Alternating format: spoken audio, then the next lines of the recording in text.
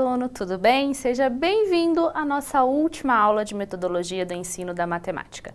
Eu sou a professora Daiane e hoje nós vamos falar sobre educação matemática realística e trajetória hipotética de aprendizagem. Mas antes de iniciarmos esses assuntos, tem um recado para você.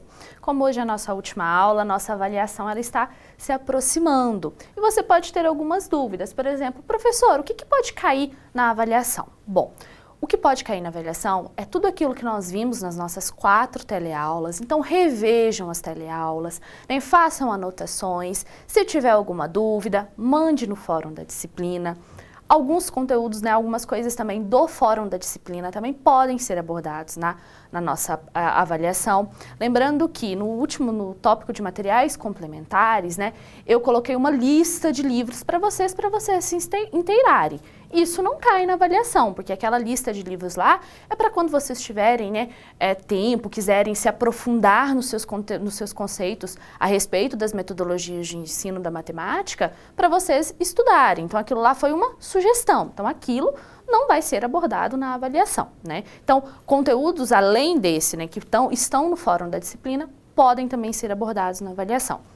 Outro conteúdo que pode ser abordado são os conteúdos do livro didático, então estude todos os capítulos do livro didático. Se tiver alguma dúvida, manda essa dúvida, né, no fórum da disciplina, que eu vou estar lá à sua disposição para responder essas dúvidas.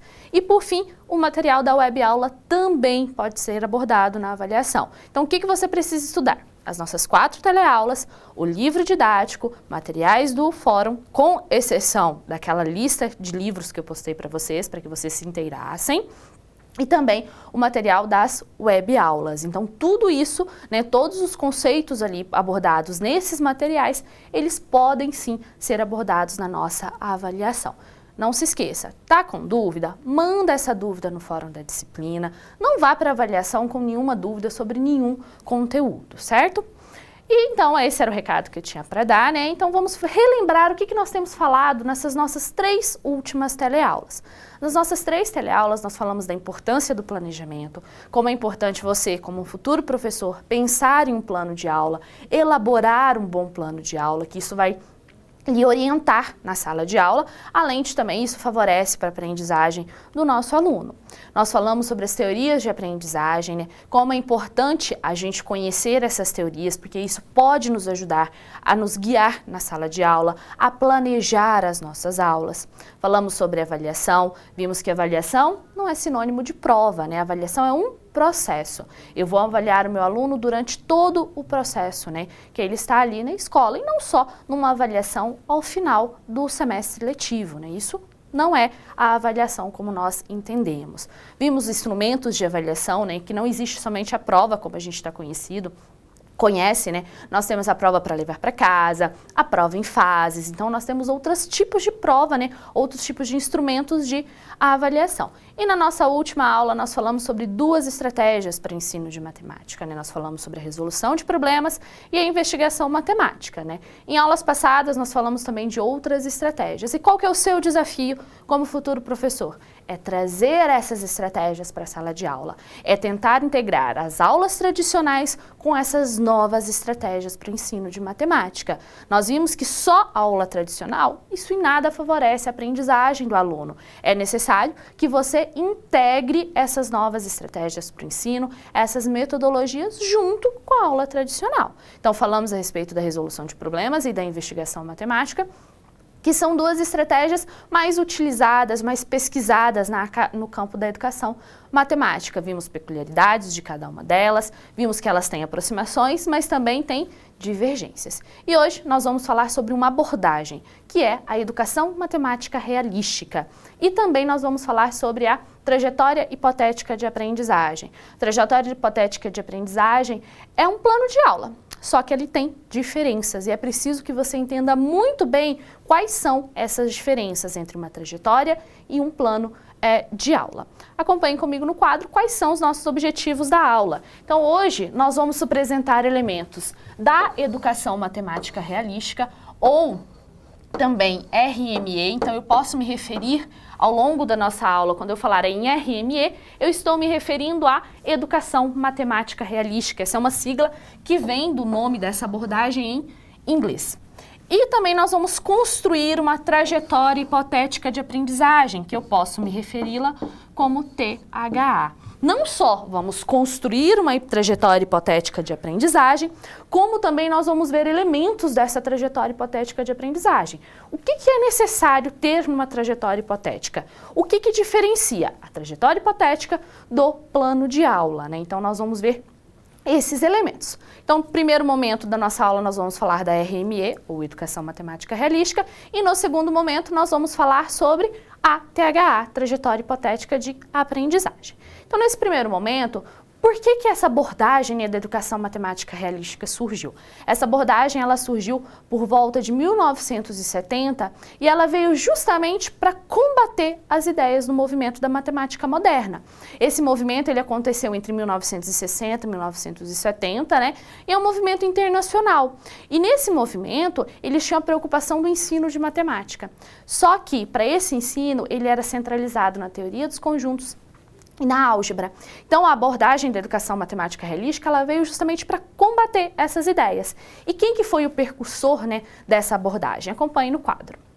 O percursor foi Hans Freudenthal. Então, a educação matemática realística é uma abordagem de ensino e aprendizagem que foi idealizada por Hans Freudenthal por volta de 1970. Justamente para quê? Para combater as ideias da matemática moderna. E o que é essa educação matemática realística, né? Essa abordagem, ela tem uma de suas principais características, a ideia de que o estudante aprende matemática fazendo matemática, redescobrindo a matemática, ou seja, matematizando. Isso é a ideia da matematização. Essa ideia é uma das principais ideias da educação matemática realística. Então, quando você ouvir falar educação matemática realística, qual que é uma das principais características que você precisa saber? Matematização. Nessa abordagem, a gente aprende matemática fazendo matemática, redescobrindo a matemática. Essa é a ideia do matematizar. É uma ideia muito presente na abordagem RME. E você resolve problemas nessa abordagem, né? Observe que aqui também você tem o âmago dessa abordagem, também é resolver problemas. Só que aqui não são problemas como a gente viu lá na resolução de problemas, são problemas um pouco diferentes, que nós vamos ver essa diferença. Mas você vai aprender matemática fazendo matemática, redescobrindo, resolvendo problemas, né? É assim que se aprende matemática aqui para a RME. E essa ideia da matematização é uma das principais características dessa abordagem. E aliado a essa ideia da matematização, nós temos que a matemática é uma atividade humana. Acompanhe no quadro. Então, aqui, a matemática ela é tomada como uma atividade humana, que se aprende fazendo, matematizando. Então, o homem, é só o homem que é capaz de fazer matemática, porque ela é uma atividade humana. O homem que faz matemática, ele vai aprender matemática, ele vai fazer matemática, ele vai redescobrir a matemática. Então, essa ideia da matematização, ela leva para a ideia que a matemática é uma atividade humana, né? Por quê? Porque o homem faz matemática, ele redescobre matemática. Então, essas duas características, essas duas ideias, são ideias importantes nessa abordagem do RME. E outra ideia muito importante no RME é o tipo de problemas. Eu falei que você resolve também problemas, mas esses problemas, ele tem um contexto um pouquinho diferente, são problemas que a gente chama de realísticos. Mas o que será esse realístico? Acompanhe no quadro. O realístico, essa palavra, ela está relacionada ao contextos de possível acesso aos estudantes, com situações reais ou ao menos imagináveis por eles. Então, aqui, esse contexto, ele não precisa ser necessariamente real. Mas desde que o aluno consiga imaginar esse contexto, nós temos um problema realístico, que é um problema com um contexto realístico, né? Realístico porque parece estar mais relacionado ao significado de imaginar, realizar, fazer ideia, tomar consciência e, por sua vez, a possibilidade de tornar real na mente dos estudantes, o que sugere que os contextos ou situações, eles não precisam ser, né, autenticamente reais, mas precisam ser imagináveis, realizáveis. concebíveis. Então, o problema, ele não precisa ser todo de um contexto real, mas eu tenho que, o aluno ele tem que conseguir imaginar esse problema. Essa que é a ideia do realístico e é essa a ideia, né, que está na abordagem do RME. Vamos pensar no exemplo.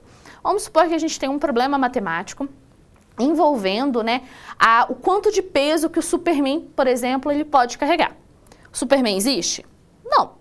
Então, ele não é um contexto real, mas o Superman é um personagem que a gente consegue imaginar. A gente consegue resolver esse problema imaginando, né, a situação do Superman.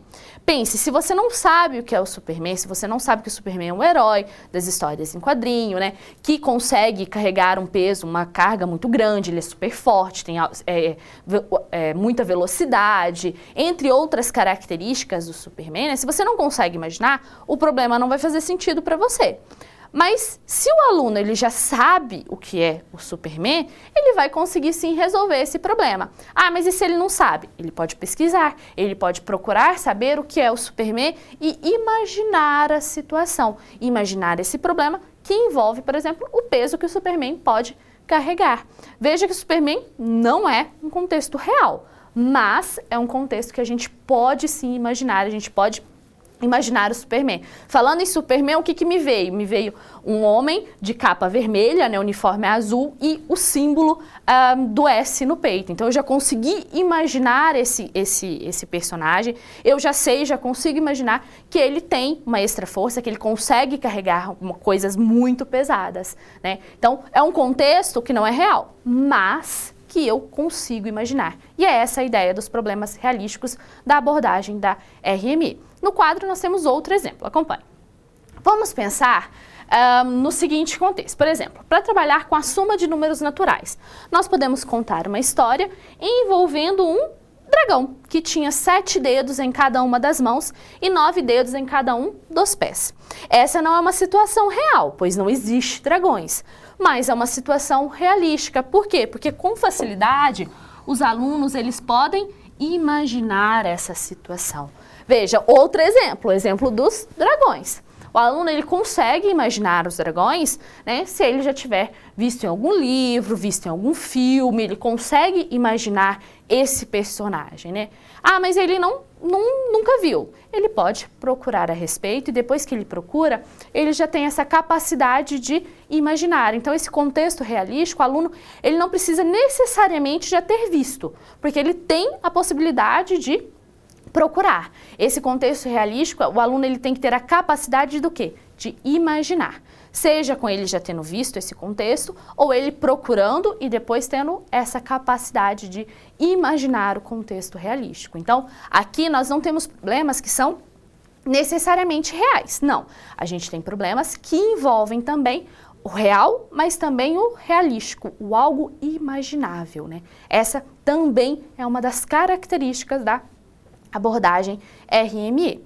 Outra característica é a reinvenção guiada. Acompanhe no quadro. Para a RME, perdão, a matemática, ela não deve ser transmitida. Mas como Freudenthal sempre enfatizou, ela deve ser vista como uma atividade humana, né? Por quê? Porque o homem, ele é capaz de fazer matemática, reinventar a matemática. O ponto focal não deve ser a matemática como algo acabado, mas sim como uma atividade e processo, um processo de matematização. E aliado a essa ideia, né, de que a matemática ela não é algo pronto e acabado, o que nós temos? Nós temos, né, a ideia da matematização, que vem para combater essa ideia de que a matemática é algo pronto, acabado, que caiu do céu e está tudo prontinho. Não, porque o homem ele tem a capacidade de fazer matemática. E outra ideia que vem para também combater essa ideia do pronto e acabado é a ideia da reinvenção guiada, que é uma outra característica dessa abordagem. Na reinvenção guiada, os estudantes eles terão a oportunidade de reinventar, guiados pelos professores. Então aqui, a outra característica da RME, né, é justamente essa ideia da reinvenção guiada. Ela vem para combater também a ideia de que a matemática é pronta, é acabada, não tem mais nada o que se fazer. Não. Por quê? Porque o aluno ele pode reinventar a matemática. Como? Com a orientação. É claro que nessa reinvenção o professor ele vai propor alguns problemas, algumas situações para que o aluno ele tenha essa capacidade de fazer a reinvenção, porém o encaminhamento, né, desses problemas, ele pode acontecer de acordo com qualquer estratégia que você escolher. Então, você pode trabalhar a reinvenção guiada, por exemplo, utilizando uma estratégia de resolução de problemas para desenvolver aquele problema, desde que a estratégia lhe permita essa ideia de reinventar a matemática. Retomando ao quadro, nós temos, então, que para que essa reinvenção aconteça nas aulas de matemática, os estudantes eles devem ser orientados e estimulados inicialmente para encontrar uma forma de solucionar as tarefas propostas de maneira simples e informal, valorizando o que os estudantes eles já sabem. Veja que, mais uma vez, a ideia da gente valorizar aquilo que o estudante já sabe, da gente saber o que o nosso aluno já conhece. Isso é importante, né? Nós já vimos em outros momentos das nossas aulas a importância e aqui na RME também é importante isso, você já saber o que o aluno já sabe e construindo um novo conhecimento. Muitas vezes esse novo conhecimento ele é baseado onde? No conhecimento já existente. Então saber o que o meu aluno já sabe, né? Conhecer aquilo que o meu aluno já sabe, ver quais são os conhecimentos prévios do meu aluno é muito importante, né? Por quê? Porque aí a gente consegue planejar uma atividade, né? Consegue planejar uma tarefa que o meu aluno ele consiga reinventar essa matemática. E como eu disse, na reinvenção você pode utilizar outras estratégias, né? Para desenvolver, para encaminhar a tarefa que você propôs. Então, você pode escolher a estratégia que mais adequa, né, que vai te ajudar a alcançar os objetivos. Lembrando que essa estratégia, ela deve permitir a reinvenção do conteúdo, do saber matemático. O aluno, ele tem que explorar esse fazer matemática, reinventar a matemática. Retomando ao quadro, nós temos que a reinvenção ela deve ser feita de maneira contínua por meio de tarefas e problemas propostos pelo professor, né? Os professores, além de selecionarem questões com potencial realístico, então o professor ele tem essa tarefa, né? Ele tem que selecionar, não é qualquer tarefa que ele vai selecionar, não é qualquer questão que ele vai selecionar, não. A questão ela deve ter o quê? O potencial realístico. E o professor ele tem um papel fundamental de quê? De guiar os estudantes, auxiliando-os ou direcionando-os por meio de perguntas para que assim possam atingir os seus objetivos. Então o professor, além de selecionar uma questão que tem esse potencial realístico, que tem essa ideia de que o aluno consiga imaginar o contexto que a questão está inserida, né? O professor ele também deve orientar, guiar, né? A ideia da reinvenção guiada é justamente essa. O aluno ele vai reinventar a matemática, mas ele vai reinventar sozinho? Não, ele vai reinventar guiado. E quem que vai fazer esse papel de guia? É o professor. Então o professor ele vai ter essa característica, né, de ajudar o aluno a fazer essa matemática, a reinventar essa matemática. Então nós já falamos de várias características da RME. Pensando nisso, eu tenho a seguinte questão para você. Acompanhe. Até o momento, quais são as principais características da educação matemática realística? Se eu perguntasse para você, quais são as características da RME? O que vem na sua cabeça nesse momento? O que você pensa assim, essa característica, ela é a que mais descreve a RME, não são essas as características. Gostaria que você mandasse, né, quais são as características que para você descrevem a RME, né, que são características essenciais na RME, que daqui a pouco eu retorno para a gente discutir a respeito dessas características.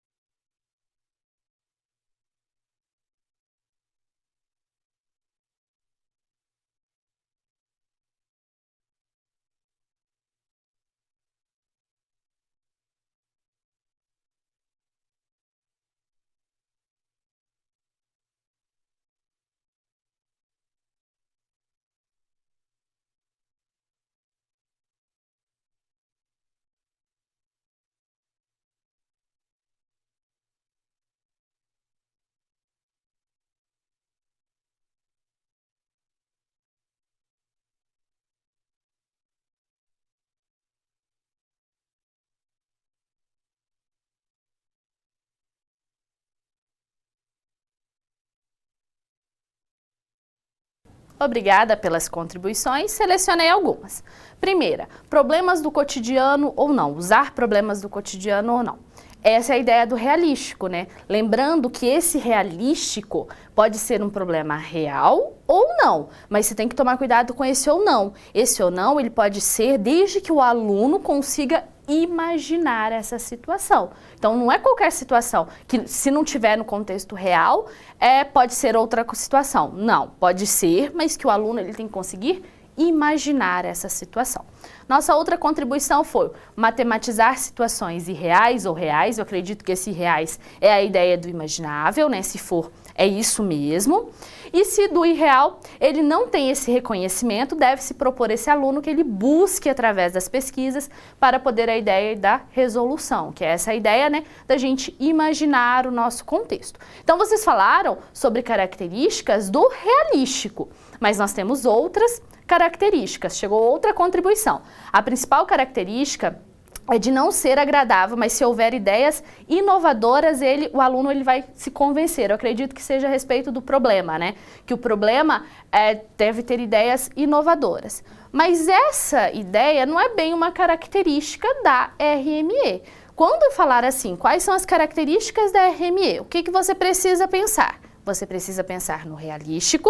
Ok, mas você precisa pensar em outras características também, que é a ideia da matematização, que aprende-se matemática fazendo matemática. Então essa ideia você precisa lembrar dela, é uma característica importantíssima da RME. Outra ideia, a matemática é uma atividade humana. Então é uma característica que você também precisa pensar. Além disso, da reinvenção guiada. Então a reinvenção guiada é quando o aluno ele vai reinventar a matemática guiado pelo professor. Então essas 4 características, elas precisam estar claras para você. Pensando nessas características, eu tenho a seguinte atividade para você, acompanhe. A matemática realística é uma abordagem que visa a aprendizagem por meio da matematização, do fazer matemática, né? As principais características dessa abordagem, além da matematização, são o quê? Então, nós temos aqui o item A, o item B, o item C e o item D e E. Eu gostaria que você lesse cada um desses itens, né? Então, eu vou deixar um tempo aqui para o item A e B, e depois eu mudo para o item C, D e E. Então eu gostaria que vocês analisassem cada um desses itens e me falassem qual que é a alternativa correta. Então qual que é a alternativa que contém uma característica da RME e por que as outras não são, né? Então mande a sua contribuição, me fale qual que é a alternativa que tem uma característica correta da RME, que daqui a pouco eu retorno para a gente discutir, né, o porquê que as outras alternativas não são e qual que é a alternativa correta.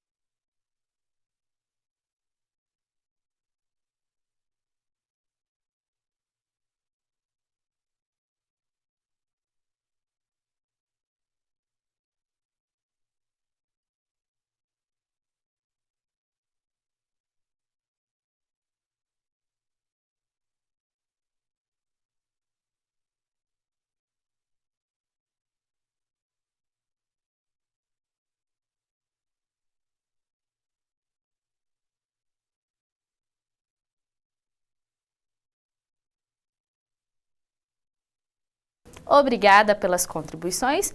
E a maioria de vocês acertou. A alternativa correta é a letra E. Vamos ver por que as outras elas não estão corretas? Acompanhe no quadro. Então aqui, ó, a letra A, por que a letra A não está correta? O professor, ele tem um papel mais importante do que o estudante?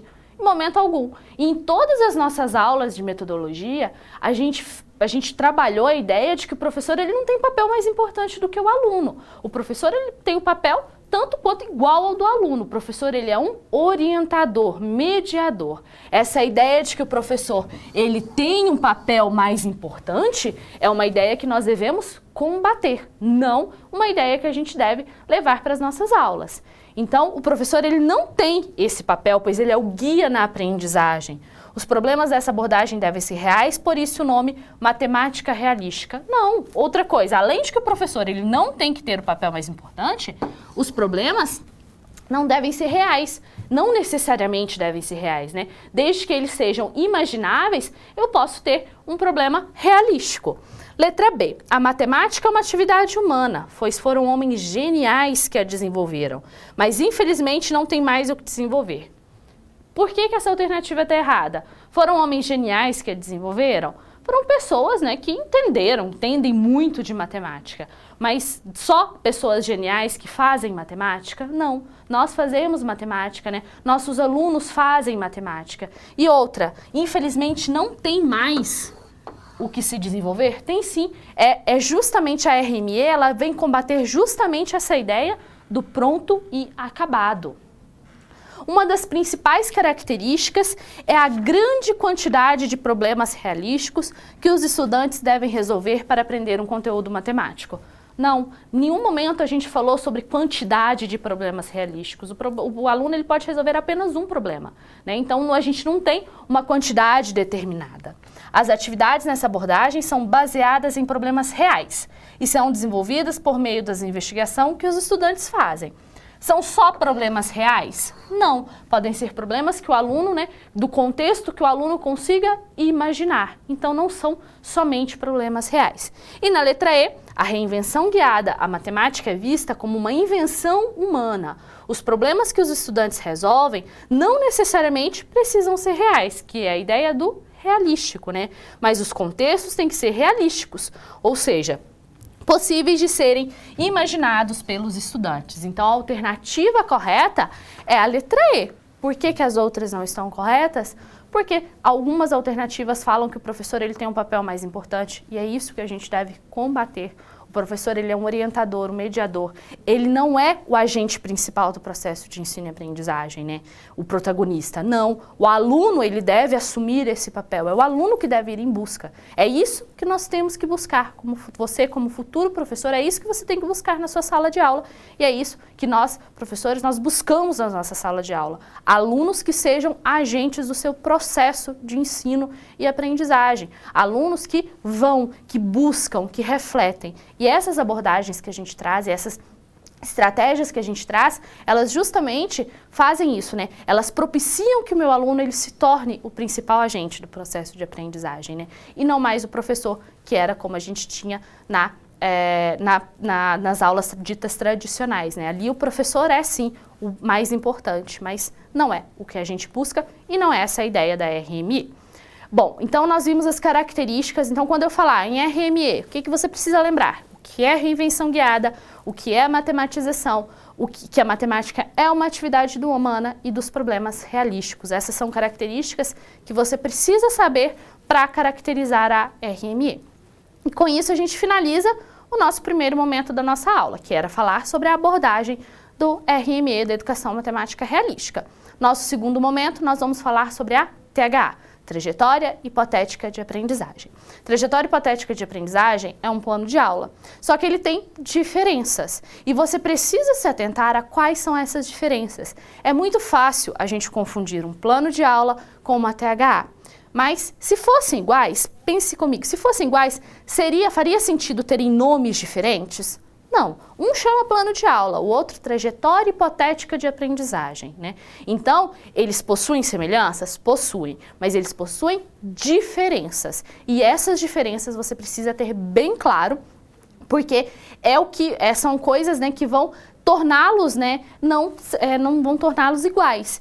E muitas vezes, plano de aula e THA são confundidos como sendo coisas iguais, e não são. Então, nosso objetivo aqui é trazer quais são as diferenças entre esses dois, um exemplo, e ao final da aula eu vou perguntar para você qual que é a grande diferença, né? Então, ao final da aula, é necessário que você seja capaz de responder qual que é a grande diferença entre plano de aula e THA.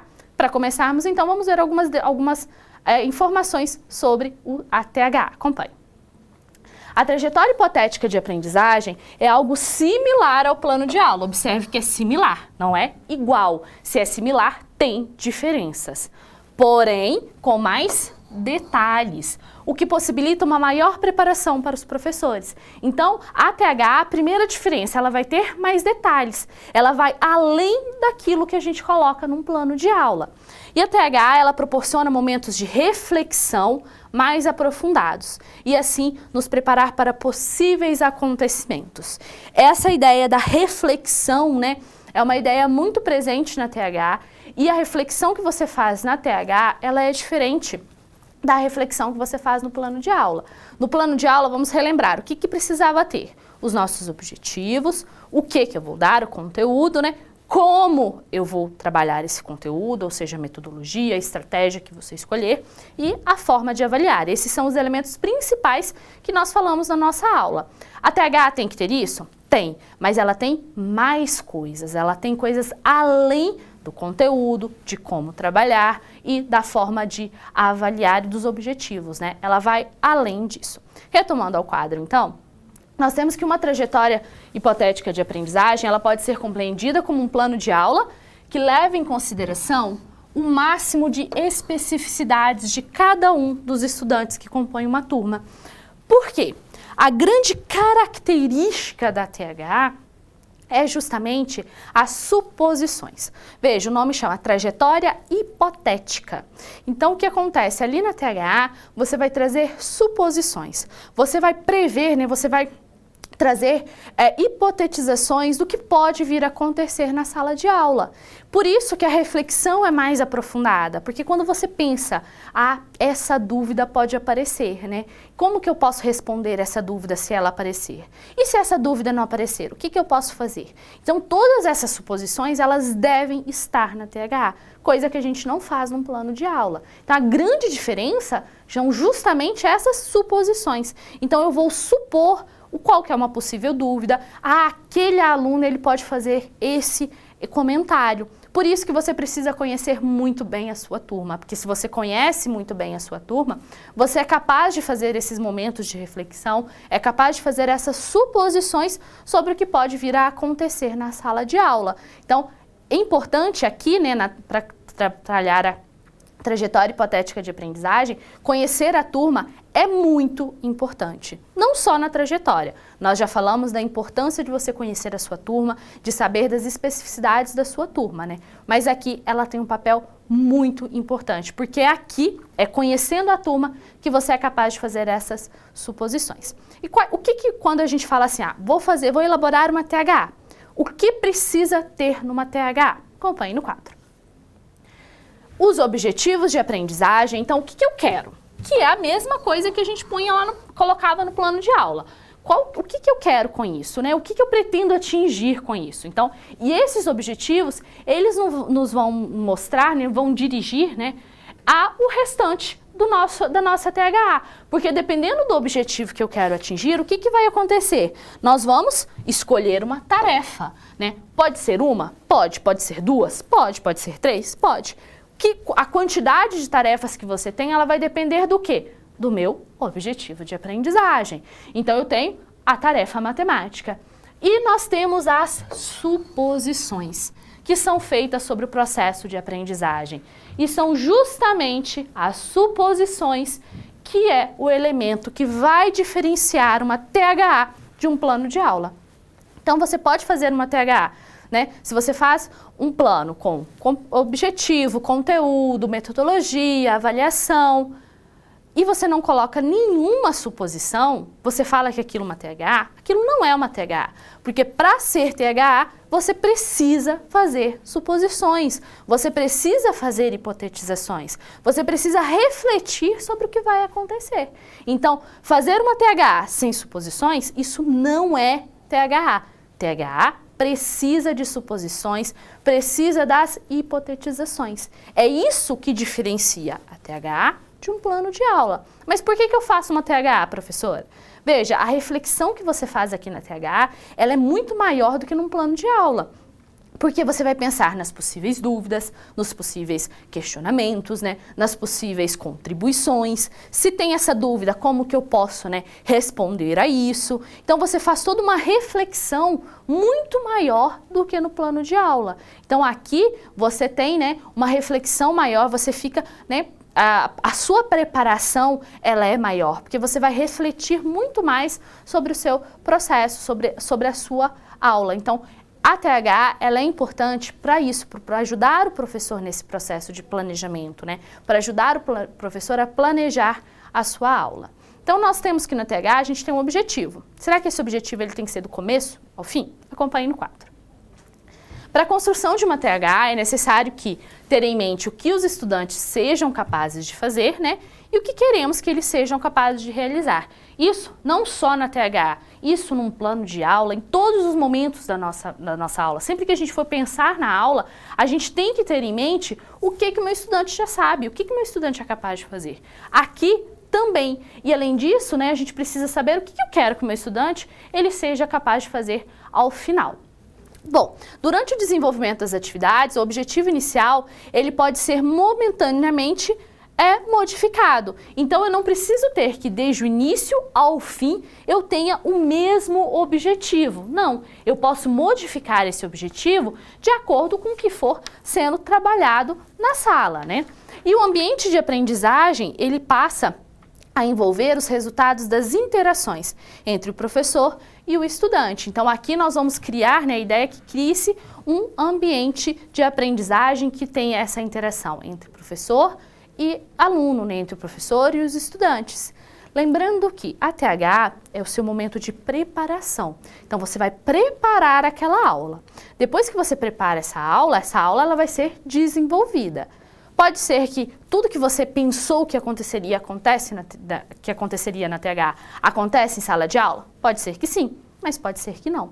Então é o momento que você vai preparar a sua aula. Você não vai seguir à risca aquilo, porque até porque aquilo pode não acontecer, né? Você imaginou uma dúvida, mas os alunos não têm dúvida nisso, têm dúvida em outro assunto. Então a THA é uma preparação, né? Para você ir preparado para a sala de aula, né? E quando você vai fazer essa THA, você precisa de uma tarefa, você precisa, né, hipotetizar. Ela é uma proposta para que você trabalhe na sala de aula. Mas pode ser que aconteça tudo que você previu, mas pode ser que nada do que você previu aconteça. Por quê? Porque é uma suposição, é uma hipotetização, né? O aluno, você pode pensar num jeito de resolver a tarefa e o aluno pensar num jeito totalmente diferente de resolver essa tarefa, né? Mas você se preparou, né, pensando naquilo e o aluno fez de outra forma. Isso está apto a acontecer, isso pode acontecer. Então nós já falamos das características da THA, né? Pensando nisso, eu tenho a seguinte atividade para você, acompanhe.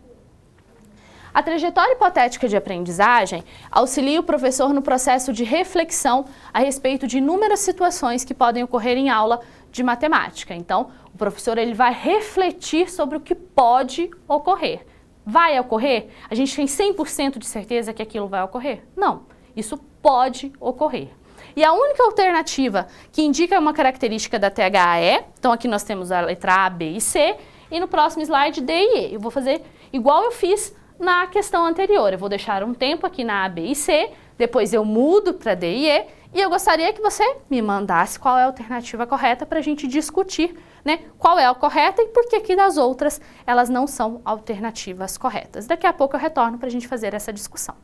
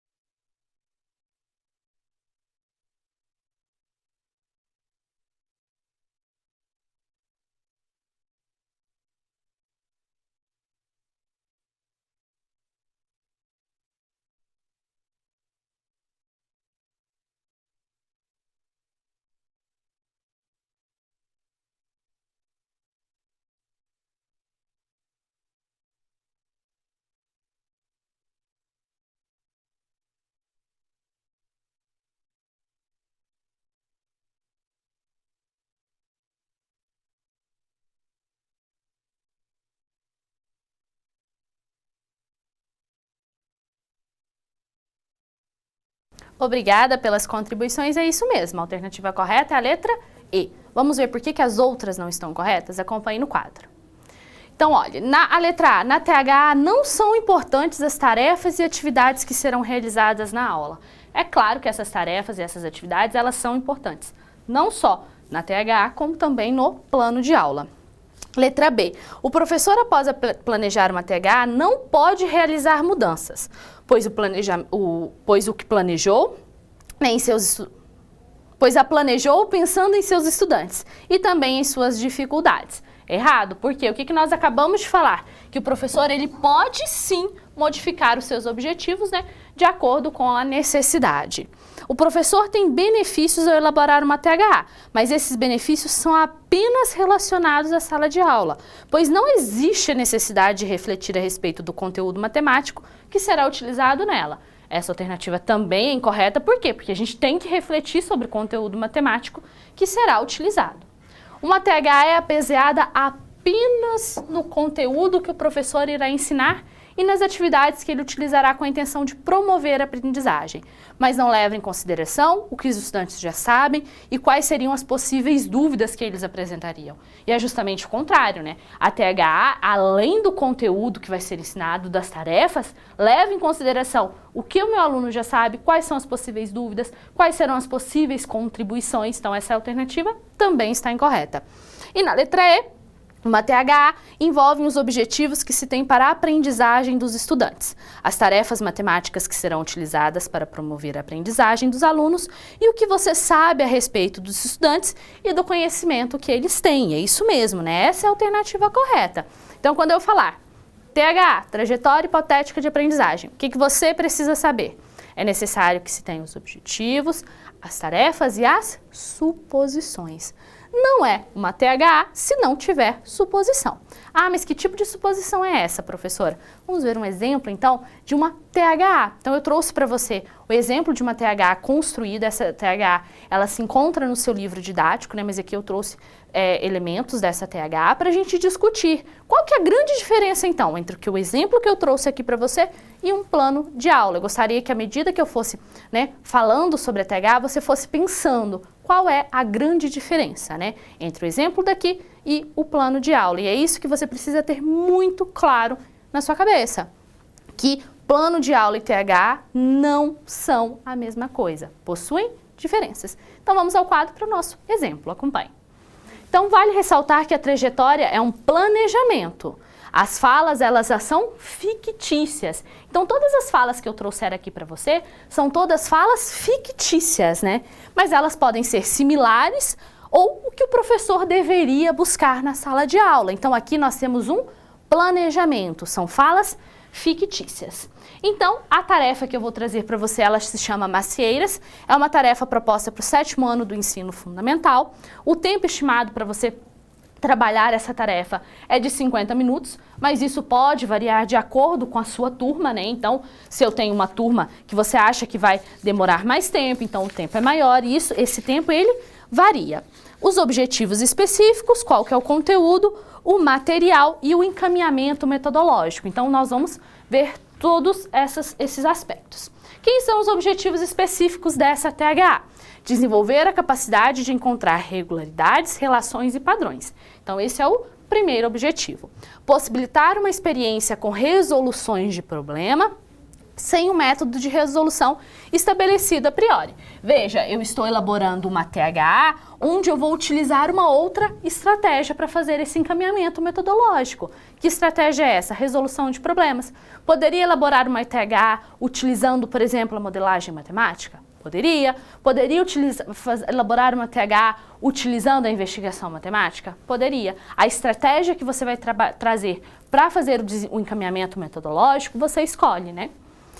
Desenvolver a capacidade de fazer generalizações a partir de dados iniciais, fazer a comparação entre multiplicação e potenciação, possibilitar uma atividade que estimule a matematização, ou seja, o fazer matemática, né, que é uma das ideias da RME também, possibilitar que o estudante ele desenvolva autonomia na resolução dos problemas. Então, esses foram os objetivos específicos. Qual que é o conteúdo que será trabalhado nessa THA? potenciação e noções de equação do primeiro grau. Qual que é o material? Esse é um elemento que nós não falamos, né? Mas é um elemento que precisa ter nos planos de aula e na THA. Por quê? Porque você precisa estar preparado. Vai que você vai precisar de um outro elemento, de um outro material, que não seja o quadro e o giz, que não seja papel e caneta. Então você precisa pensar nesses materiais que a sua tarefa ela vai utilizar. Aqui no caso, quadro negro e giz, papel, canetas, lápis e borracha, que isso os alunos têm. Mas a calculadora, por exemplo, não é algo que necessariamente vá ter na sala de aula. Então, é preciso que você esteja preparado com esse material. E dicionário. Dicionário nas aulas de matemática. Como eu falei, aula de matemática não é simplesmente fazer conta. Então, essa atividade, essa tarefa, é uma tarefa que vai trazer um dicionário. Vai ser necessário utilizar um dicionário na aula de matemática. Veja que dicionário não é feito somente para as aulas de português. A gente pode utilizar o dicionário em outras aulas. É essencial que o aluno entenda o que se propõe na tarefa, né? E muitas vezes uma palavra que está ali o aluno não entende essa palavra e isso prejudica ele no entendimento do problema, no entendimento do que se propõe. Então o dicionário, nesse caso, ele pode ser uma forma de ajudar. Pensando nesse, né, então eu já falei os objetivos, qual é o conteúdo, qual é o material, eu tenho o seguinte questionamento para você, acompanhe. Como seria o encaminhamento dessa tarefa? Então eu já dei os objetivos, já dei os materiais, como que você, se você estivesse trabalhando essa tarefa, o que você faria, né? O que você faria primeiro, depois e por último? Quais são os passos que como que você encaminharia essa tarefa das macieiras? Daqui a pouco retorno para a gente discutir esse encaminhamento.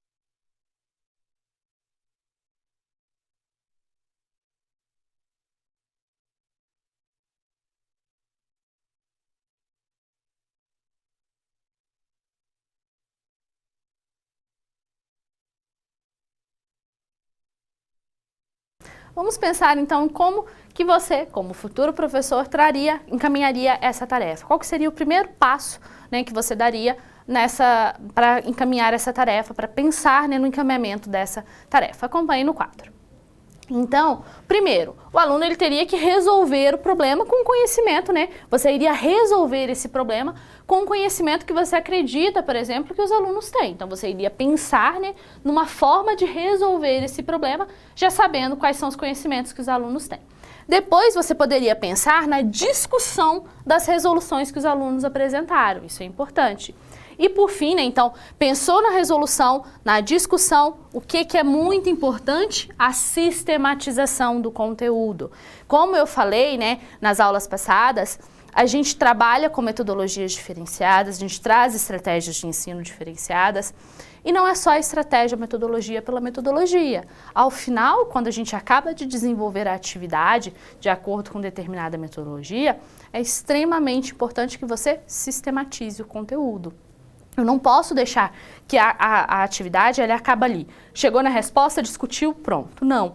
É importante que você vá até o quadro e sistematize o conteúdo que foi trabalhado naquela atividade. Então, aqui também não será diferente, né? A importância da sistematização, você deve pensar nessa sistematização, né, ao final. Então, pensei numa resolução que o meu aluno pode trazer, pensei em possíveis discussões e depois a gente pode pensar na sistematização. Retomando ao quadro. Nós temos então que para auxiliar a compreensão, as falas da professora elas vão ser sublinhadas e as recomendações elas estarão em um formato de quadro. Bom, ao iniciar a aula então, a professora pedirá para que os alunos se organizem em duplas ou trios e cada grupo se sente distante dos demais para que nenhum deles seja influenciado pelo outro. Então, a ideia do trabalho em grupo é uma ideia que a gente deve trabalhar, por quê? Trabalhar em grupo com os nossos alunos, né, eles podem desenvolver habilidade de argumentação, habilidade de ouvir o outro, né, de saber argumentar, de refletir. Então, são habilidades que a gente deve buscar desenvolver no nosso aluno. Lembre-se, nós não devemos buscar apenas a habilidade de fazer matemática, não. Matemática vai além disso. É importante que a gente crie momentos, né, crie ambientes que meu aluno aprenda a argumentar matematicamente, que meu aluno aprenda a ouvir o outro, a refletir. Então, a atividade em grupo ela pode ser uma forma, né, da gente conseguir essas habilidades. Então, a professora pede para eles dividirem em grupo, esse pode ser o possível encaminhamento que você pode pensar, pede para dividir em grupo e pede para que eles fiquem longe, para que um ouça o outro, para que cada um pense numa estratégia e mostre para eles qual que é a atividade. No quadro nós temos a atividade, que é a das macieiras, né? Então, aqui na câmera de documentos, eu tenho ela um pouquinho maior para você, e ela fala o seguinte, ó, um lavrador planta macieiras num padrão quadrangular, a fim de proteger as árvores do vento, planta coníferas à volta do pomar. Essa situação ela está ilustrada no diagrama a seguir, representado no qual se pode ver a distribuição das macieiras e das coníferas para um número qualquer, N, de filas das macieiras. Então, aqui a gente tem as macieiras, elas estão representadas por esse pontinho e as coníferas pelo xizinho. Então, aqui eu tenho, quando eu planto uma fileira, eu vou ter uma maçã, uma macieira e essas coníferas. Quando eu planto duas fileiras, eu tenho aqui as nossas maçãs e depois as coníferas. Quando n é igual a 3 das filas e quando n é igual a 4. Então, aqui a gente tem essa situação. E pede para ele completar o quadro aqui, né? Então, ele vai ter que completar esse quadro, né, de acordo com a situação. Então, para a professora, ela pode apresentar, então, ela apresenta essa atividade que eu acabei de mostrar para você. E qual que pode ser o próximo passo? O que ela pode pensar? Lembrando que aqui, né, nessa TH, nós estamos falando de suposições, né? São coisas que podem acontecer, não necessariamente irão acontecer. Então, uma suposição que pode pensar, e a pessoa que fez essa TH, ela pensou que pode acontecer é a seguinte, acompanhe no quadro. Para a realização dessa atividade, vocês podem conversar com outro integrante da dupla, podem utilizar a calculadora, caso achem necessário, e num primeiro momento não devem conversar com os outros colegas de sala. Se tiverem dúvidas, ergam o braço que irei até a carteira de vocês para ajudá-los. Alguém quer fazer algum questionamento? Então essa, né, é o primeiro momento. Isso é uma possível fala que a professora pode fazer, né, aos seus alunos. Pensando nessa possível fala, e ela falou, conhecendo já a tarefa, né, e ela perguntando, alguém tem algum questionamento? Qual questionamento que você colocaria, né, que poderia um possível questionamento acontecer? E é essa a questão que eu tenho para você no quadro. Então, qual seria um provável questionamento nesse primeiro momento? Eu gostaria que você mandasse esse provável questionamento, que daqui a pouco eu retorno para a gente discutir sobre ele.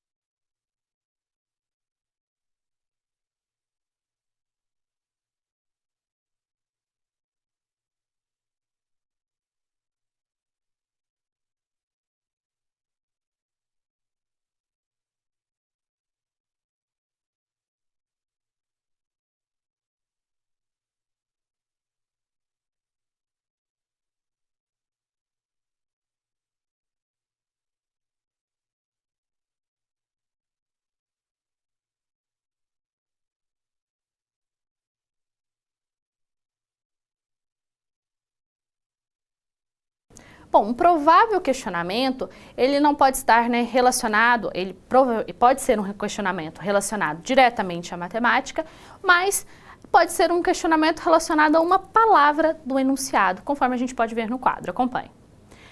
O Caio, que é um aluno fictício, né? Professora, eu não sei o que são coníferas. Observe que no enunciado do problema nós tínhamos, né, que são plantadas as macieiras e ao redor são plantadas coníferas.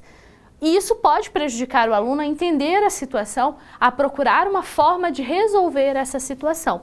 Então a professora fala, conífera é um tipo de árvore, mas vamos verificar o significado que o dicionário traz para a palavra conífera. Observe que aqui a professora também não deu a resposta pronta. Ela podia muito bem falar, conífera é isso, isso e isso. Mas não. Na THA, você está refletindo sobre as possíveis dúvidas. Essa é uma possível dúvida que meu aluno pode trazer, uma dúvida que eu posso explorar de outra forma, sem dar a resposta pronta e acabada, senão não vai ter momentos de reflexão, não vai ter momentos que o aluno ele vai pensar sobre. Então, neste momento, a professora ela pode entregar um dicionário para o aluno que fez a pergunta e pede para que ele leia alto para a turma quando encontrar o significado da palavra. Pode fazer isso, ou a própria professora pode pesquisar no dicionário e discutir com eles, né? Aqui você vai pensar numa forma de trabalhar essa situação. Caio, encontrei o significado, professora. Aqui está escrito que conífera é uma classe de plantas que, como o pinheiro, produzem frutos em forma de cone. Ótimo, todos entenderam que são coníferas? Então os alunos dizem que sim. Aí, de acordo com a definição que lemos no dicionário, os frutos das coníferas são em forma de cone. A professora pode perguntar para eles, o que é esse cone, né? Alguém sabe qual é a forma de um cone? O Miguel pode responder, eu sei, professora, ele é mais ou menos assim, desse jeito. Aí o aluno utiliza as duas mãos para tentar fazer a representação de um cone. Mas em seguida o outro aluno diz, a casquinha que tomamos sorvete tem a forma de um cone.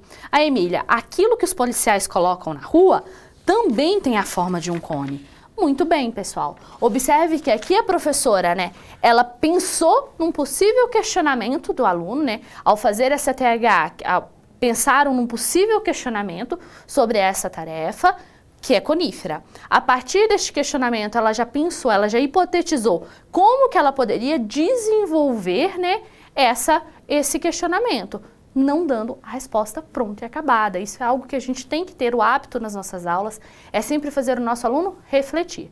Observe que o dicionário foi utilizado aqui justamente para procurar o que é essa conífera e ela foi trazendo, né, questionamentos até perguntar para os alunos se eles sabem o que é um cone. Se os alunos falassem que não, né, aí a professora já ia ter que mudar, né? Ela pensou que todos os alunos saberiam o que é a forma de cone, mas quando ela foi para a sala de aula, pode ser que esses alunos não soubessem o que é a forma de cone. Então a professora ela teria que pensar em uma forma, né? Ela poderia inclusive trazer os exemplos que ela pensou que os alunos dariam, mas os alunos não deram. Observe que a THA são suposições, você vai pensar a respeito do que pode acontecer. Continuando a nossa THA, no quadro, nós temos aqui, né, eu tenho aqui no quadro, mas eu trouxe maior aqui para você na câmera de documentos. Então vamos ver aqui, ó.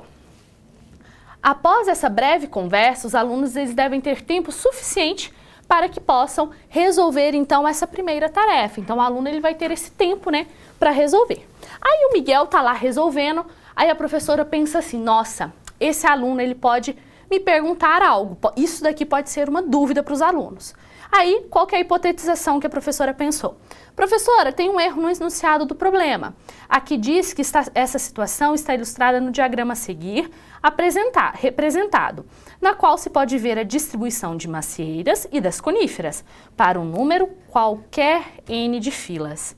Mas N é letra e não é um número. Então, essa é uma hipotetização que pode vir a acontecer, que um aluno do 7º ano ele pode ter essa dúvida. E a professora já vai pensar nesse planejamento. O que ela vai fazer, então? Então, ela pergunta, o que vocês acham sobre o que o Miguel disse? A Rafaela, um aluno, pode responder. Ele está certo, porque N não é um número. Se fosse um número, viria antes de qual ou depois de qual. E a Isabela, mas no enunciado da tarefa, disse que um número qualquer N representa a quantidade de filas de macieiras. Então, eu acho que N é qualquer número que escolhermos. O Caio fala, Se ele for um número, se for qualquer número, aí não tem como saber qual o número que ele é. Pode ser infinito. Nossa, será que pode ser um número negativo também? Então, essas são possíveis respostas que os alunos podem dar para o que a professora perguntou. A turma nesse momento vai ficar em silêncio. Por quê? Eles não sabem, né? Cabe ao professor pensar numa forma de resolver isso. Aí ele fala, vamos voltar ao que a Isabela nos disse sobre o enunciado do problema. Então aqui nós temos... Você pode repetir, Isabela? Então, a Isabela ela vai repetir isso. A Isabela, eu disse que eu entendi pelo enunciado que o N pode ser qualquer número e que ele representa a quantidade de filas de macieiras. O Caio, bom, eu acho que sim, isso é o que está escrito no enunciado. Então o número N pode ser um problema, N neste problema pode estar representando o quê? O João Miguel pode responder o número de filas de macieiras que tem no pomar. Ótimo, levando isso em consideração, será que o N pode ser qualquer número até negativo, como o que o Caio perguntou? A Júlia, não, professora, o N não vai ser um número positivo, o N só pode ser um número positivo. E eu acho que começa do 1 e não sei onde termina. Não tem como ter menos 3 filas de macieira no pomar, mas tem como eu ter 10, 20, 30 e muito mais se o pomar for bem grande. O Caio, é mesmo, não pode ter uma quantidade de filas de macieira negativa. Aí a professora, veja que os alunos, né, de acordo com os questionamentos que a professora foi fazendo, os alunos chegaram à conclusão que o N ele não pode ser negativo porque eu não tenho quantidade de filas de macieiras negativas. Aí, o aluno pode pensar então que em todo caso ele vai ter o N nunca pode ser negativo. Aí a professora pode pensar numa forma, né, de que isso não aconteça. E ela pensa na seguinte suposição. E se a situação fosse outra? E o N não fosse N, fosse a letra H. O H representasse a quantidade de dinheiro que eu tenho em minha conta no banco. Ele continuaria sem poder ser negativo? Então, observe que aqui a professora, né, ela pensou, né, quando estava fazendo a sua TH, ela pensou num questionamento do aluno, pensou em possíveis respostas que o aluno foi trazendo para esse questionamento e para que o aluno não ficasse com a ideia errada de que o N ele sempre tem que ser positivo, ela muda a situação. Para quê? Para que o aluno entenda qual que é o papel daquele N, né, o que significa aquele N. E a situação que ela trouxe foi a situação do dinheiro. Então, vamos ver a resposta que o aluno dá no quadro. Então, aqui nós temos, né, as respostas. Eu trouxe na câmera de documentos qual que é a resposta. Então, nós temos aqui que a Júlia pode responder. Aí, não, professora, o H, ele pode ser positivo, ele pode ser negativo e positivo. Por quê? Porque você pode estar devendo dinheiro para o banco. E aí, na sua conta, vai ficar menos 120. E como o H tem na sua conta, o H vai valer menos 120. Isso significa que você está devendo para o banco. Muito bem, pessoal. Então, a professora viu que os alunos entenderam que nem sempre o H é positivo, né? E se o aluno fosse na sala de aula, ele estivesse desenvolvendo essa TH, e na sala de aula, o aluno ele falasse, não, tem que ser positivo, sempre tem que ser positivo. Aí, caberia à professora, né, mudar essa situação, né? Caberia à professora trazer, né, fazer com que o aluno ele visse que não, que o H ele pode ser negativo. Então, a professora, o Vitor, professora, eu acho que eles deveriam ter colocado um número. Então, retorna para a questão inicial. São os números que representam quantidade. Aí a professora fala, Vitor, então nós vamos trocar no enunciado para ver como ficaria. Qual o número que você acha que deve ser usado no lugar do N? Então, ela vai tentar agora, por meio de questionamentos, convencer o aluno de que esse N ele não pode ser um número fixo. Aí o Vitor fala, qualquer um que eu quiser, né? Até agora, concordamos que o N pode ser qualquer número maior que 0. Você também acha que ele deve ser maior que 0? O Vitor, sim, eu acho. Então, se o número que você escolher for maior que 0, pode sim. Aí o Vitor vai escolher o quê? O Vitor vai escolher o número 4. Eu quero que seja o número 4. Então, trocando o N por 4, qual o valor que Vitor escolheu? Como ficaria essa parte do enunciado? Aí o Miguel pode ler como que ficaria esse enunciado. Essa situação está ilustrada no diagrama abaixo representado, no qual se pode ver a distribuição das macieiras e das coníferas para um número qualquer, número 4 de filas de macieiras. O próprio aluno fala, ficou estranho o enunciado desse jeito. Aí a professora vai perguntar, né, por que isso ficou estranho então? O Miguel, porque sim, um número qualquer, número 4 de filas. O que vocês acham? Ficou mesmo estranho? O Miguel, sim. Aí a professora pode falar, utilizando o número que o Vitor escolheu, como fazemos para melhorar o enunciado para que não fique estranho? Aí o Gabriel, não, vai ficar estranho se nós usarmos assim, e das coníferas para o número 4 de filas de macieiras. Aí dá para entender que tem 4 filas de macieiras. A professora fala, vocês concordam com esse ajuste? Os alunos sim, mas perceba que esse não é o ajuste ainda que a professora quer. Por quê? A professora quer mostrar com essa tarefa que esse N, ele pode assumir qualquer valor. Então, se ele pode assumir qualquer valor, né, ela tem que dar um jeito de mostrar para o aluno que ele não pode ter um valor fixo. Pensando nisso, né, e de acordo com as suposições que nós fizemos até agora, eu tenho a seguinte questão para você, acompanhe. Qual poderia ser o próximo encaminhamento feito pela professora após essa discussão? Então, o que a professora poderia fazer para mostrar para o aluno que não, esse N ele vai variar, ele vai assumir valores, né, e não vai ser um número fixo. Mande a sua contribuição que daqui a pouco eu retorno para a gente discutir.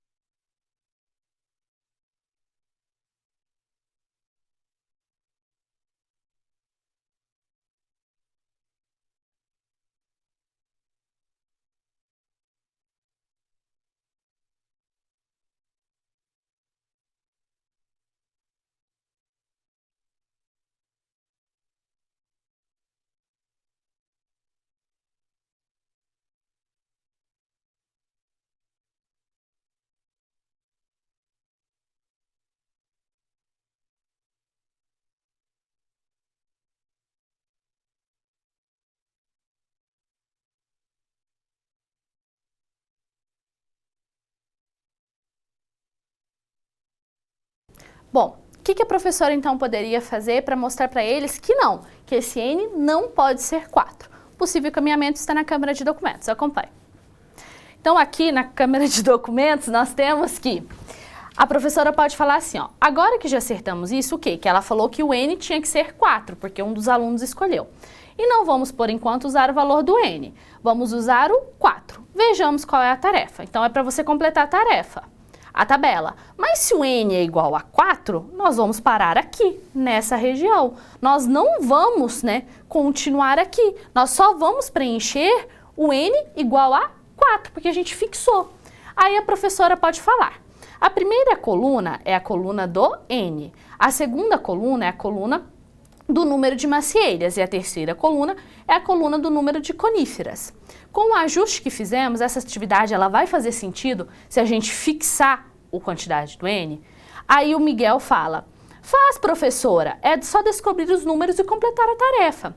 Mas aí a professora pergunta, sobre o que é mesmo a primeira coluna? Aí a Rafaela vai responder a coluna do N, e nessa coluna os números eles já estão marcados. Então, aí um dos alunos pode falar assim, ó, mas com o nosso ajuste, a professora pode perguntar, mas com o nosso ajuste o N pode valer 5, por exemplo? Com o nosso ajuste o N não vai poder valer 5. Por quê? Porque a gente fixou o valor 4. Não, o valor que eu escolhi para o N é 4 e não 5. Aí a Ana Heloísa, então eu já sei porque que eles usaram uma letra e não um número. Se fosse um número, nós só íamos poder completar a tabela naquele número. Mas usando o N, pode ser vários números. Podemos ter várias linhas para completar. E aí, Emília, é engraçado, uma letra pode ser vários números diferentes. E a professora aqui, ela consegue chegar no seu objetivo. Fala, isso mesmo, nós estamos usando a letra N como uma incógnita e não como um número específico. Esse tipo de dúvida, né, que a professora hipotetizou aqui na THA, né, ela pode acontecer numa turma do 7º ano. E quando acontecer, o professor ele pode estimular para que os alunos pensem sobre o que está escrito no texto, né? No caso, a disposição das macieiras e das coníferas, né, para que auxiliem eles que percebam que N vai representar a quantidade de filas de macieiras que terá no pomar, né? E quais são os possíveis números para o N. Então, fazendo isso, o professor ele pode auxiliar os alunos a compreender de maneira intuitiva a utilização das incógnitas e se acostumarem a vê-las, né, como um valor procurado. Então essa dúvida, né, é uma dúvida que pode acontecer na sala de aula. E o professor ele fez o quê? Ele hipotetizou essa situação. Então, retomando o quadro para darmos continuidade à nossa THA, então eu tenho ali no quadro e aqui na câmera de documentos ela um pouquinho maior para vocês verem, né? Então aqui ele fala que neste momento não existe a necessidade da formalização, mas que depois, né, no final da THA, a professora ela pode sim sistematizar essa situação. Então ela fala, após a discussão, os alunos em duplas, eles devem voltar a atenção para a sua tarefa e quando terminarem, a professora pode encaminhar para outras discussões. E essa daqui é uma ação que a professora pensou que ela pode fazer na sala de aula. Eu gostaria que alguma dupla viesse até o quadro para mostrar como fez para resolver essa tarefa. Aí um dos alunos levanta a mão, pode deixar que eu vou. E ele vai explicar como ele resolveu. Então aqui ele traz a explicação de como que ele resolveu essa tarefa. E a professora fala, eu gostaria que você desenhasse e explicasse como fez para desenhar. Tinha alguma regra ou não? Então, a partir da explicação do aluno, a professora pode pensar, né, para ele explicar. O que acontece? O professor aqui, ele deve proporcionar situações que os alunos possam ir ao quadro, possam participar de discussões e possam dialogar com os alunos, né, sobre outros conteúdos. Então, você como professor deve criar esse ambiente para que o nosso aluno, ele vá até o quadro, ele explique. E, infelizmente, a gente não vê isso muito na sala de aula. Por quê? Porque, geralmente, quando o aluno vai na frente, o aluno erra, infelizmente, o erro é tido como uma coisa ruim, né? Muitas vezes os alunos chamam o outro de burro. Ah, que burro, você errou, era uma coisa tão simples. E a gente deve evitar esses comportamentos. Devemos mostrar para o nosso aluno que errar é bom, que a gente aprende errando. Então, o erro não é uma coisa ruim. Então, a gente deve criar esse ambiente para que o meu aluno se sinta à vontade para ir até a frente da sala e argumentar com seus colegas a forma como ele fez. Então, retomando a câmera de documentos, nós temos que a professora, o Natan, então, ele faz, né, como que ele desenhou. E ele mostra aqui a tabela como ficou para ele. Aí a professora pede para ele, explique para nós como você fez para fazer esses desenhos, por favor. Então, a professora ainda quer que ele explique a situação. Então, o Natan vem e explica como que ele fez, né, para resolver esse problema. né? Ele explica aqui e ele explica aqui também como que ele fez, como que foi a sua solução para esse problema. Observe que isso aqui é uma suposição. Então a professora, né, quando foi elaborar essa THA, ela supôs como que um dos alunos resolveria o problema, né?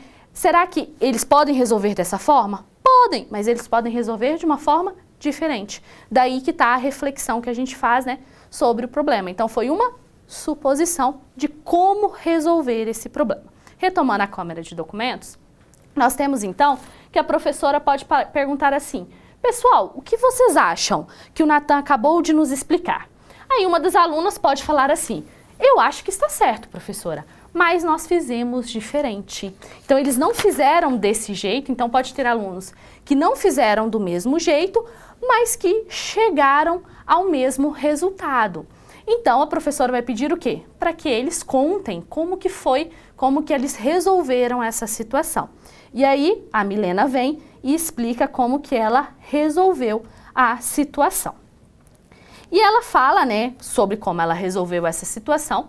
Ela fala aqui também como que ela resolveu e ela fala: então nós percebemos que a quantidade de macieiras é o dobro do valor de N.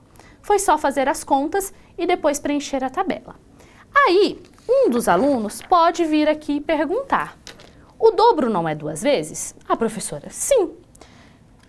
Aí o Leonardo: então elas falaram que a quantidade de macieiras era o dobro do valor do N.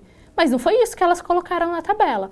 Observe que aqui as alunas explicaram a respeito e os alunos e alguns alunos eles podem questionar aquilo que elas explicaram. E a fala que a professora supôs, né, a fala que a professora hipotetizou, é uma fala que pode vir a ocorrer. Então é uma possível fala que pode acontecer.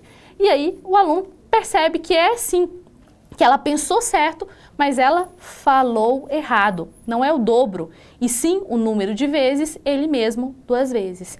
Aí a professora pode perguntar: alguém pode me ajudar a escrever então essa multiplicação que a Milena está falando de outra maneira? Aí a professora vai e escreve a multiplicação e alguém fala que pode escrever em forma de potência. Então na notação de potência vai ficar assim, ó, 6 ao quadrado. O número 6 que foi repetido é a base e a quantidade de vezes que foi repetido é o expoente. Então, a Isabela pode falar assim, que na notação de potência, que vai ficar assim, aí a professora fala: muito bem, vocês lembraram que já estudaram esse conteúdo? Sim.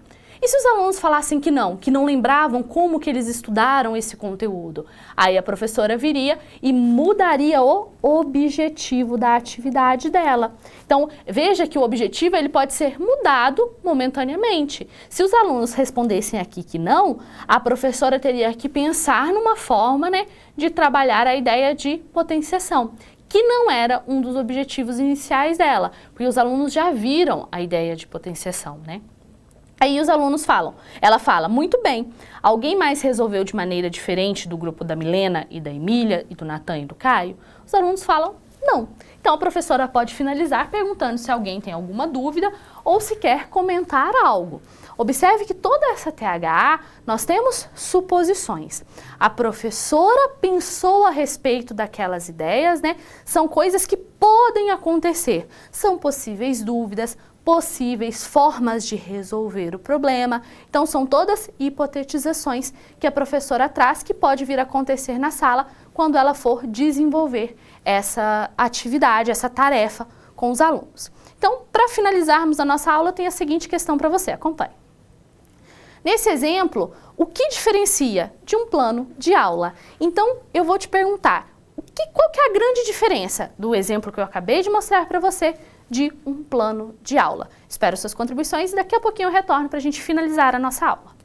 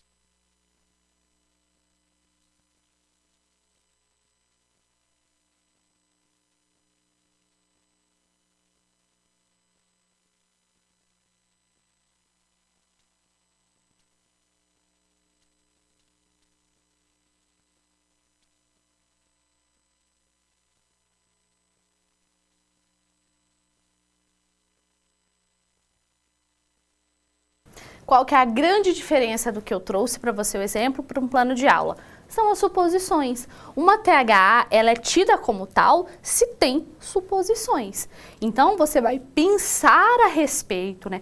Você vai supor possíveis dúvidas, possíveis comentários, como a gente fez, possíveis soluções. Então, você deve pensar também em formas diferentes de resolver aquela tarefa proposta. Essa é a grande diferença de um plano de aula para uma THA. Eu preciso ter conteúdo, eu preciso ter objetivo, eu preciso ter conteúdo, objetivo, metodologia, mas na THA a gente precisa ter as suposições, conforme foi a contribuição de Minas que acabou de mandar. Então, é isso mesmo. Qual que é a grande diferença? São as suposições. Só é uma THA se nós temos também suposições, além dos elementos de um plano de aula, né?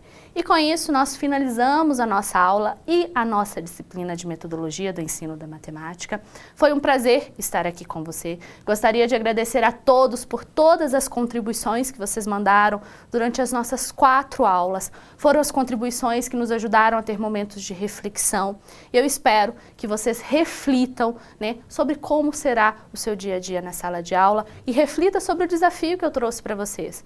Como integrar as aulas tradicionais com as novas metodologias, com as novas estratégias, com o que nós aprendemos nas nossas aulas de metodologia do ensino da matemática, né? Então, até uma próxima!